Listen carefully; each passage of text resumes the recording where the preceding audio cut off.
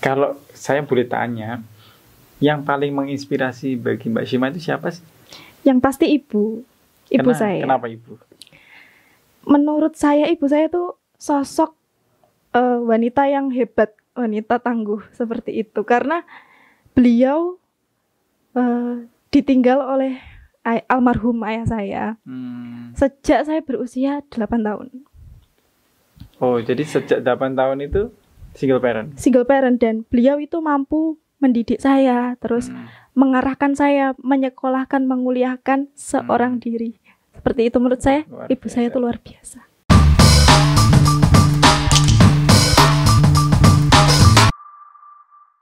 Assalamualaikum warahmatullahi wabarakatuh. Hai sobat sekalian, jumpa lagi dengan saya Mas Irfan.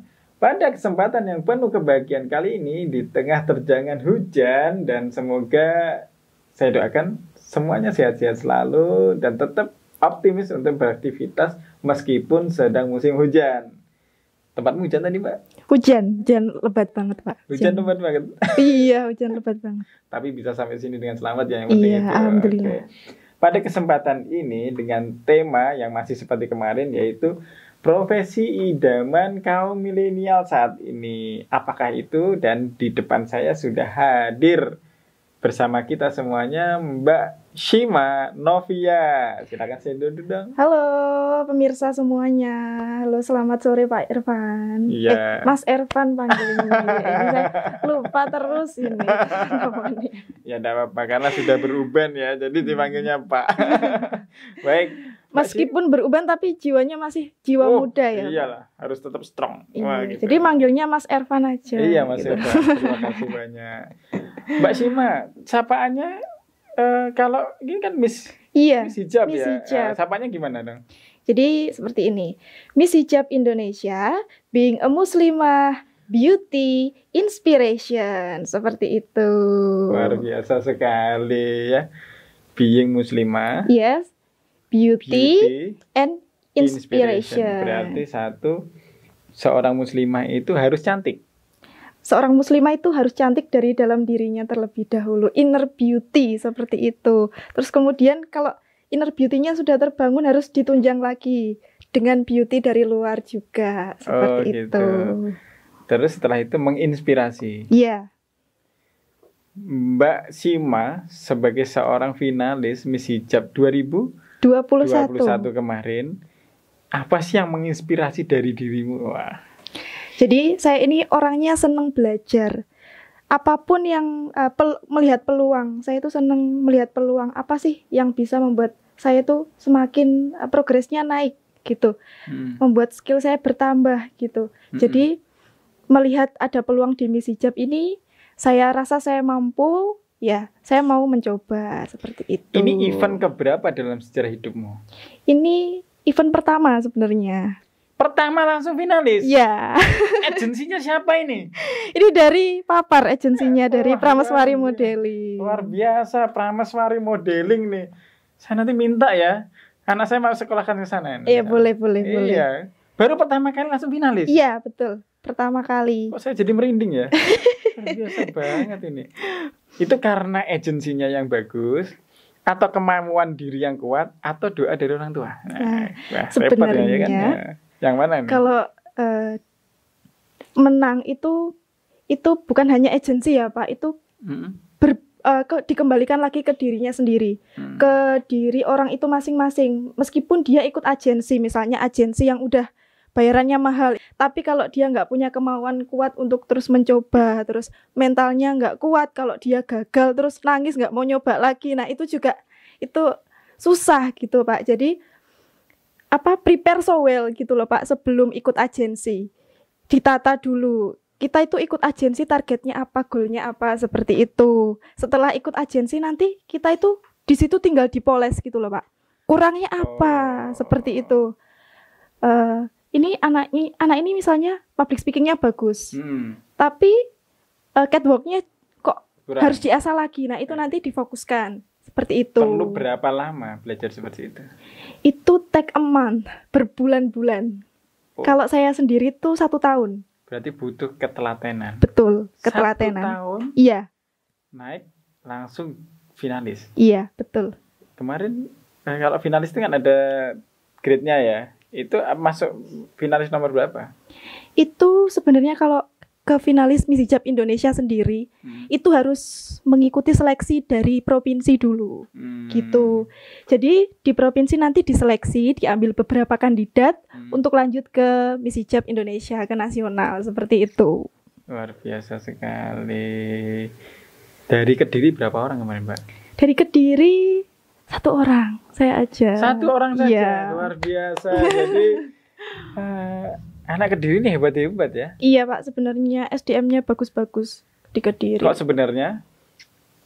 Sebenarnya Iya. iya bagus-bagus, tapi mungkin gimana ya, kurang terekspos. Kurang terekspos, luar biasa. Saya juga baru tahu ini ada Miss Hijab gitu ya. Saya pikir ya kan Miss Universe, ya kan Miss Indonesia kan gitu ya. Sekarang ada Miss Hijab. Berarti semuanya muslimah ya? Semuanya muslimah berhijab. Berhijab. Karena tujuan dari Miss Hijab ini sendiri, visi misinya ini sendiri adalah menginfluence anak-anak muda, anak-anak milenial, generasi milenial yang sebelumnya sudah berhijab ataupun belum berhijab. Kita menginfluence mereka, ayo menggunakan hijab. Dengan hijab itu tidak membatasi muslimah untuk bisa berkarya seperti itu. Menginspirasi banyak orang. Betul, Luar menginspirasi. biasa sekali ini. Kalau saya boleh tanya, yang paling menginspirasi bagi Mbak Shima itu siapa sih? Yang pasti ibu saya. Kenapa ibu? Menurut saya ibu saya tuh sosok wanita yang hebat, wanita tangguh seperti itu. Karena beliau ditinggal oleh almarhum ayah saya sejak saya berusia 8 tahun. Oh, jadi sejak 8 tahun itu single parent? Single parent, dan beliau itu mampu mendidik saya, terus mengarahkan saya, menyekolahkan, menguliahkan seorang diri. Seperti itu menurut saya, ibu saya itu luar biasa. Sebentar lagi hari ibu? Iya, sebentar lagi hari ibu, tanggal 22 ya. Masih mau dikasih kado apa itu? Mau dikasih kado apa ya? Bingung saya ini. Ya, yang pasti seorang ibu itu tidak butuh sebuah penilaian dari sesuatu yang nilainya adalah benda, barang atau benda. Tetapi Anda menjadi seseorang yang baik bagi orang lain, kemudian bisa menjaga kemuslimahannya tadi, terus bisa menggunakan kecantikannya untuk hal-hal yang positif dan menginspirasi banyak orang, itu sudah membanggakan ke orang tua. Benar gak sih? Iya, dan semoga saya bisa konsisten seperti ini terus. Amin. Ya. Ya, kita sama-sama menjaga. Iya, betul. Iya. Makanya kalau ini kru-kru kita kan cowok-cowok semua nih ya kan. Kalau lihat yang bening-bening itu biasanya stop ya gitu. Sama-sama menjaga. Kita menjaga dari pihak yang laki-laki. Kalian para muslimah juga sudah dibekali bagaimana cara menjaga diri masing-masing ya kan. Salah satunya berhijab itu kan untuk menjaga diri sebenarnya. Terus kemudian Mbak Shima nih, kan kita lagi ngomong tentang profesi idaman anak milenial. Iya, ini tema kita hari ini ya. Iya. Jadi profesi idaman milenial. Betul. Jadi profesi idaman milenial. Bagi Mbak Shima, profesi apa sih yang sebenarnya diinginkan atau diimpikan begitu? Kalau saya sendiri sejak saya masih usia dini, sejak sekolah dasar saya itu selalu berkeinginan untuk menjadi seorang guru. Dan itu alhamdulillah sekarang sudah terwujud gitu ya. Sekarang profesinya jadi guru? Iya. Di mana? Di SD Mukuh 2, SDN Mukuh 2. Luar biasa. Kepala sekolahnya siapa itu? Pak Paimin. Pak Paimin ya. Ini ada Mbak Shima ya kan. Ini salah satu guru di sana. Luar biasa Pak Paimin ya. Anda patut berbangga karena salah satu gurunya itu adalah Miss Hijab. Coba kalau nanti semua muridnya diajak latihan catwalk gitu. Ini sekolahnya biar bisa naik ya tiba-tiba nanti. Iya, saya juga berpikir seperti itu, Pak. Jadi saya berkeinginan juga. Saya kan alumni SMP 1 Pagu dan juga SMA 1 Pare. Dan saya berkeinginan juga menjadi guru ekstrakurikuler di situ ya. Mungkin saya nanti biasa. SMP 1 Pagu dan SMA 1 Pare ini sudah ada yang menawarkan finalis Miss Hijab untuk ngisi ekstrakurikuler gratis ya. Iya. Luar biasa sekali, tepuk tangan dulu dong untuk Mbak Shima. Iya. Ini benar-benar menginspirasi loh. benar-benar menginspirasi. Coba bayangkan kalau kemudian pencapaian tertinggi kita dalam hidup kita hari ini kemudian coba kita bagi ke orang secara free. Ini nggak banyak yang seperti itu. Ya, biasa sekali. Kan itu ya Pak, ilmu itu akan berguna kalau ditularkan. Nah itu. Dan juga sebaik-baik manusia kan adalah yang bermanfaat untuk orang lain. Betul. Seperti itu. Khairunas anfa'uhum linnas. Gitu kira-kira. Iya, betul. Insyaallah. Itu nggak keliru tadi kan Mas ngucap. Oke. Mbak Shima, ke depan ya, kan ini sudah profesi menjadi guru. Nah, kenapa profesi guru itu menjadi profesi idamanmu? Karena one of the most important things in my life is education. Gitu. Aduh, tiba-tiba suasana jadi panas ini ya. Berat banget ini. Oke. Jadi menurut saya pendidikan itu the most important thing ya. Iya. Oke. Jadi Tuhan juga mengharuskan manusia itu untuk menuntut ilmu sampai kita tua. Betul. Seperti itu. Dan setelah kita dapat ilmu, kalau misalnya kita membagikan kepada orang lain, kita itu nggak akan kok berada di bawahnya gitu. Kita akan di atasnya terus ya. Iya. Ilmu kita bertambah gitu. Ilmu kita bertambah dan saya juga pernah membaca buku. Itu kita itu pembelajaran terefektif. Itu saat kita membagikan ilmu kita kepada orang lain itu akan terasa banget dampaknya. Apa yang sudah kita pelajari terus kita tularkan kepada orang lain itu adalah proses belajar yang sesungguhnya. Jadi ada kan transformasi gitu ya. Iya betul. Jadi ada kan Pak Mas Ervan. Saya nggak notice lah ya. Mau Pak, mau Mas ya kan, mau Om. Yang penting pesannya tersampaikan. Oke, gimana tadi? Oke, jadi kan ada yang namanya belajar melalui teori. Ada belajar melalui kita melihat, mendengar, kemudian mempraktekkan. Nah itu ada prosentasenya. Kalau mempraktekkan itu prosentasenya itu 80% lebih efektif. Tapi kalau kita membagikan apa yang ilmu yang sudah kita dapat itu 100%. Luar biasa prosentasenya. Sekali. Berarti membagikan ilmu itu 100%. Iya, itu proses belajar juga. Tapi hasilnya itu lebih bisa kita rasakan daripada kita praktek, membaca teori, mendengar saja gitu. Rasanya kalau gurunya seperti ini ya, saya pengen kembali ke masa SD, ya kan? Kalau dulu SD saya itu begini, Mbak. Nulis halus gitu ya. Nggak bisa dilempar pakai kapur itu. Nah, setelah nulis, tapi tetap ada ini ya, kesan-kesan yang positif ya. Cuman kesan yang paling terlintas ya kalau ditanya guru zaman SD dulu itu mesti killer gitu ya. Jadi guru SD itu pasti killer ya kan. Paling bawa dari bambu itu jeblek gitu. Kalau sekarang sudah nggak ada ya. Iya, karena ada yang namanya psikologi guru sekarang itu Pak. Banyak sekali sekolah-sekolah yang memberikan sosialisasi. Jadi psikologi guru itu sekarang itu juga menjadi perhatian juga. Jadi nggak boleh ya guru ngamuk-ngamuk di depan kelas terus kemudian mukul anak didik gitu ya. Oh itu nggak boleh. Kalau dulu ngeri. Pokoknya kalau dulu saya sekolah itu mencekam. Ya bener-bener sepaneng gitu ya. Itu kalau sepaneng tuh sebenarnya malah nggak masuk itu ilmunya. Iya betul. Jadi kalau guru sekarang memang dituntut seperti itu. Oleh karena itu kenapa kamu memilih profesi idamanmu sebagai seorang guru? Ya karena itu dia. Saya ingin membagikan apa yang saya punya gitu. Oke, luar biasa. Mbak Shima, sekarang tinggal di mana? Sekarang saya domisili di Desa Padangan, Kayen Kidul, Kabupaten Kediri. Wah, ini warga Kediri, warganya Pak Dito. Warganya Mas Dito. Oke, Mas Dito ya. Anda patut berbangga karena ada warga yang punya idealisme sejak masih muda seperti ini. Idealismenya luar biasa gitu. Dan mau berbagi apapun yang dia punya untuk kemaslahatan orang banyak, untuk kepentingan banyak orang agar bisa menjadi lebih baik dan bisa mencapai ya minimal kalau yang ditularkan sekarang itu finalis next generasi apa namanya yang akan maju di Miss Hijab Kediri bisa sampai jadi winner insya Allah. Luar biasa sekali.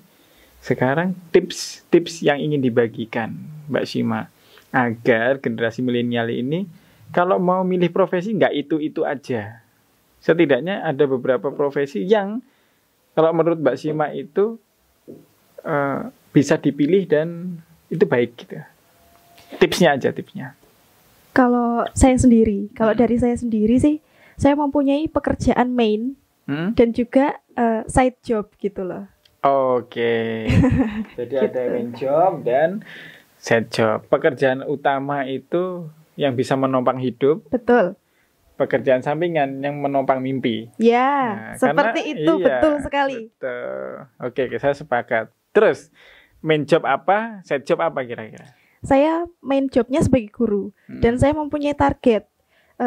Saya menjadi guru, ini lulus tahun segini, saya nanti ambil sertifikasi, setelah itu saya mau CPNS. Nah itu saya main jobnya sudah saya prepare dari sekarang gitu. Side jobnya, saya ini punya bakat apa? Saya itu suka public speaking, seperti itu. Kemudian suka modeling. Nah itu saya pacu terus, saya kembangkan. Nah itu bisa menjadi side job. Selain itu saya melihat peluang juga. Saya ini kan guru. Terus saya punya banyak murid. Saya buka les privat dan juga les reguler di rumah. Luar biasa. Kamu sudah punya pacar belum, Mbak? Saya mau menikah aja langsung. Wah, menikah aja langsung, luar biasa. Ini jawaban yang di luar dugaan. Bagi Anda yang pengen mendaftar, langsung saja tag di DM Instagramnya apa, Mbak? Wah, ini kayak dipromosiin ya. Loh, saya. iya. Ini apa namanya benih-benih yang bagus ini ya, harus dipromosikan ini. Tapi saya masih lama Pak ini. Oh, masih lama, Iya, nggak apa-apa kan masih kalau lama. ada yang pengen belajar banyak dengan Mbak Shima, bisa dong DM ke Oh iya, Instagramnya. bisa. Ke Instagramnya @simanovia. Bisa dieja? @SHIMANOVIA, Simanovia. Bagi teman-teman sekalian, kaula muda milenial yang ingin ngobrolin tentang main job atau side job dan kemudian bagaimana menemukan passion serta profesi idaman, bisa juga langsung DM ke Mbak Shima di Instagramnya Shima Novia. Iya, nanti insya Allah sebisa saya akan saya balas. Luar biasa sekali. Mbak Shima, boleh dong kasih masukan buat kita di Bukan Coach ini, kan kita pengen mengembangkan bakat-bakat milenial itu, mengajak milenial juga sama, kita pengen memberikan inspirasi kita itu untuk para milenial di era sekarang yang kemarin pandemi cukup memberikan pukulan telak bagi kita semua, terutama kaum milenial. Menurut Mbak Shima, apa yang perlu kita benahi? Ya, itu semuanya dimulai dari mindset juga. Jadi kita itu kan sekarang banyak ya literatur. Dari HP itu semuanya pasti punya handphone. Nggak mungkin nggak punya handphone. Nah, handphonenya itu dimanfaatkan. Jadi handphone itu bisa menjadi dua mata pisau loh. Itu bisa berdampak, kalau positif bisa menjadi sangat positif, kalau negatif sangat berdampak negatif. Nah, yang perlu kita bangun itu mindset. Nah, mindsetnya itu harus selalu positif. Kita punya apapun, kalau mindset kita positif, pasti kita bisa memanfaatkan. Nah, terus selain mindset yang positif, mindset yang membangun, punya mindset yang membangun, kita itu juga harus menambah value diri kita. Baca buku, memanfaatkan webinar online ini. Webinar online gratis ini banyak banget. Itu bisa dimanfaatkan platform itu. Terus jangan takut untuk berkreasi. Jangan takut untuk menjadi kreatif. Itu di era sekarang yang menjadi pukulan telak seperti katanya Mas Ervan tadi. Yang harus kita lakukan itu menjadi pemuda milenial yang kreatif. Menjadi pemuda milenial yang kreatif. Iya. Kalau kita kreatif, punya karya, nah kita nanti akan menjadi sorotan. Oh ini, anak ini kok punya karya bagus. Terus anak ini juga, misalnya anak ini juga nanti mereka bisa berkolaborasi juga. Jadi setelah memiliki kreativitas, kemudian berkolaborasi. Iya, dan yang membuat kita sukses itu nggak bekerja sendiri sebenarnya, dengan berkolaborasi juga. Berkolaborasi. Jadi kalau finalis Miss Hijab hari ini datang ke studionya Bukan Coach, ini namanya kolaborasi kan ya? Iya, betul. Kolaborasi. Semoga kolaborasi kita pada hari ini bisa memberikan inspirasi baru bagi generasi milenial kita untuk terus bisa berkreatif dan menumbuhkan bakat mereka. Sehingga ke depan ada value-value baru yang bermunculan tanpa mereka sadari. Iya, betul. Gitu. Terima kasih ya Mbak Sima sudah hadir di podcast kita pada hari ini. Saya doakan semoga sekeluarga sehat. Amin. Dan kemudian bisa menginspirasi lagi banyak orang. Amin, amin, amin. Sekian dari saya Mas Irfan dan saya Sima Novia. Jangan lupa untuk like, subscribe, follow Instagram saya di bukancoach.id serta DM ke Mbak Sima Novia. Iya, boleh banget. Sampai jumpa di kesempatan yang lebih baik lagi dan sampai jumpa.